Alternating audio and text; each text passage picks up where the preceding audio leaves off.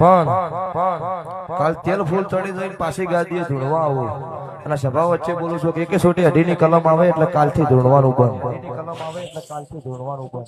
અમારો વાયદો હતો, અમારો ટાઈમ હતો. 6 મહિના 12 મહિના પછી પાછી રજા લઈશ. મારો જીવ એવું ભુવાનો કે વળી ધૂણવું છે. હું નહીં હાજર, 8 4 32 ઘડી હાજર.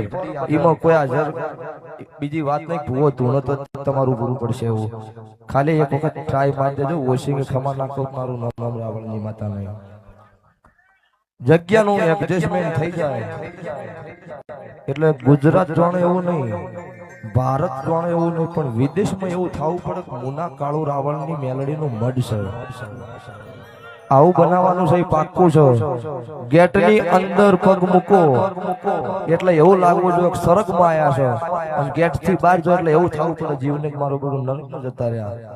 આ રીતનું મારું માતાનું મંદિરના લેખ લખાઈ જાય. આવી જગ્યાની વાત પૂરી પડી જાય એટલે આવા લેખ લખવાના છે.